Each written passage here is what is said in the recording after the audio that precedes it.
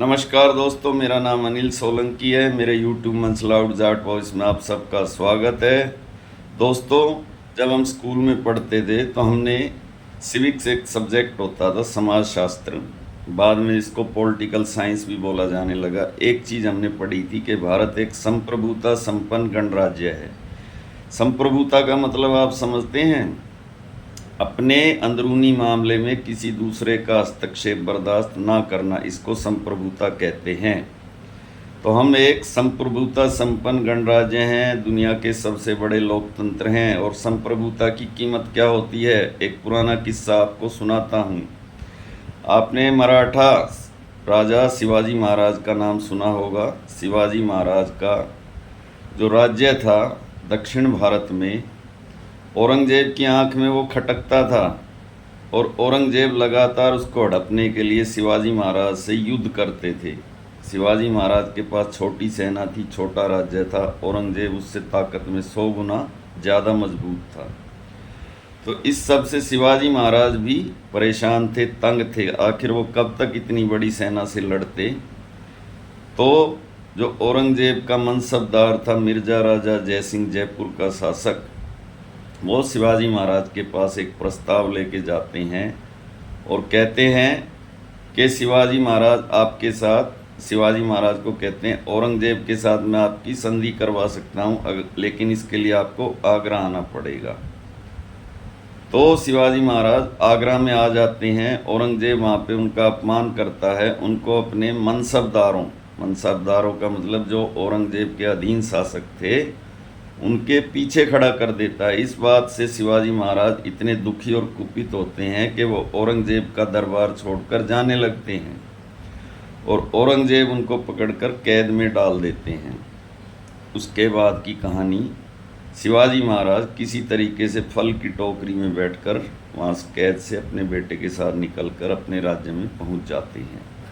ये सब बातें बताने का मेरा मकसद ये है कि जब एक छोटा सा राजा, एक छोटे से स्टेट का राजा शिवाजी अपनी संप्रभुता के लिए इतना सब कुछ कर सकता था, तो हम तो बहुत बड़ा एक देश हैं, 140 करोड़ की जनसंख्या है हमारी संप्रभुता से अमेरिका के राष्ट्रपति डोनाल्ड ट्रंप लगातार खेल रहे हैं, मजाक उड़ा रहे हैं। पूरी दुनिया के अंदर घूम घूम कर ये बता रहे हैं कि मैंने भारत और पाकिस्तान का युद्ध रुकवा दिया। ऐसे बता रहे हैं जैसे स्कूल में जब दो बच्चे लड़ते हैं तो उनको आकर हेडमास्टर दो थप्पड़ मारकर अलग करवा देता है। ऐसे वो एक 140 करोड़ की जनसंख्या वाले दुनिया के सबसे बड़े लोकतंत्र का मजाक उड़ा रहे हैं। यहीं पर नहीं रुके, उन्होंने भारत और पाकिस्तान को इक्वल बता दिया। दोनों देश महान हैं, दोनों देश 1000 साल से कश्मीर के लिए लड़ रहे हैं। और उन्होंने शहबाज शरीफ की तुलना नरेंद्र मोदी से कर दी, दोनों को महान नेता बता दिया। वो शहबाज शरीफ जहाँ आतंकवाद की फैक्ट्री चलती है, उन्होंने एक बार भी पाकिस्तान की आलोचना नहीं की कि वो आतंकवाद का प्रोडक्शन करता है, बल्कि उन्होंने भारत पाकिस्तान को इक्वल कर दिया। ज़रा सोचिए, क्या फ़ायदा ऐसी दोस्ती का जो नरेंद्र मोदी जी दावा करते थे। वो नरेंद्र मोदी जी को बोलते थे माई फ्रेंड मोदी, और नरेंद्र मोदी जी हाउडी ट्रंप करते थे उनके लिए। और यही तक बात नहीं रुकी, नरेंद्र मोदी जी ने अमेरिका में जाकर उनके लिए वोट भी मांगे थे, उनके लिए चुनाव प्रचार भी किया था, अब की बार ट्रंप सरकार। और हमारे देश में तो ट्रंप के जीतने के लिए हवन तक किए गए थे। कुछ लोगों ने तो ट्रंप को सनातन का योद्धा बताया था और ऐसा दावा किया था कि नरेंद्र मोदी जी और डोनाल्ड ट्रंप की जोड़ी मिलकर सनातन के लिए काम करेगी। लेकिन जब से डोनाल्ड ट्रंप दूसरी बार राष्ट्रपति बने हैं, लगातार भारत की संप्रभुता के साथ खिलवाड़ कर रहे हैं। अभी कल ही एप्पल कंपनी के सीईओ टिम कुक को उन्होंने धमका दिया कि अगर तुमने भारत में फैक्ट्री लगाने की ज़रूरत की तो तुम पर 25% टैरिफ लगाया जाएगा। जो एप्पल कंपनी भारत में फैक्ट्री लगाने वाली थी, जिससे यहाँ के हज़ारों नौजवानों को रोज़गार मिलने वाला था, उसको ट्रंप ने खुलेआम धमका दिया। इसके अलावा भी ट्रंप बहुत सारी ऐसी बातें कर चुके हैं जो भारत की संप्रभुता के खिलाफ है। उन्होंने हमारे देश के जो नौजवान रोजगार की तलाश में डंकी रूट से अमेरिका गए थे, उनको किस तरीके से जानवरों की तरह बेड़ी और हथकड़ियों में बांधकर भारत में भिजवाया था।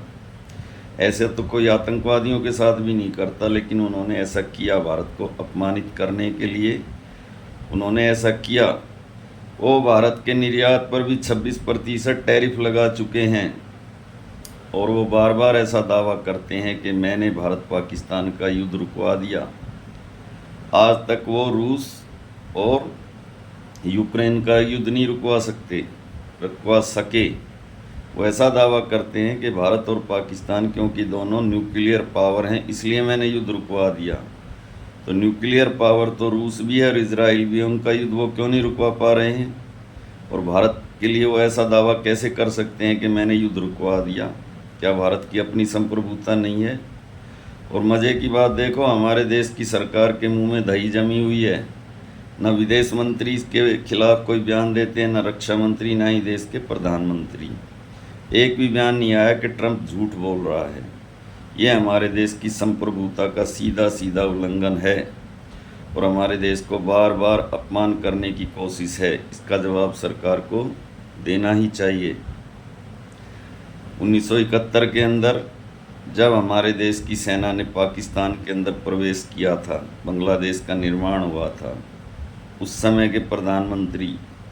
की प्रधानमंत्री श्रीमती इंदिरा गांधी को भी इसी प्रकार से धमकाने की कोशिश की गई थी रिचर्ड निक्सन और हेनरी किसिंजर के द्वारा। लेकिन इंदिरा गांधी उनके दबाव में नहीं आई थी और उन्होंने अपना सैनिक अभियान नहीं रोका था जब तक बांग्लादेश आज़ाद नहीं हो गया। आज अचानक ऐसा क्या हुआ कि 4 दिन की सैनिक झड़प के तुरंत बाद युद्ध विराम की घोषणा की गई, और वो भी डोनाल्ड ट्रंप के द्वारा ट्वीट करके। उसके ठीक 1.5 घंटे के बाद भारत सरकार ने भी युद्ध विराम की घोषणा कर दी। दुनिया के इतिहास में ऐसा पहला मामला है जब 2 देशों के बीच में सैनिक झड़प चल रही है और तीसरा देश आकर युद्ध विराम की घोषणा करता है।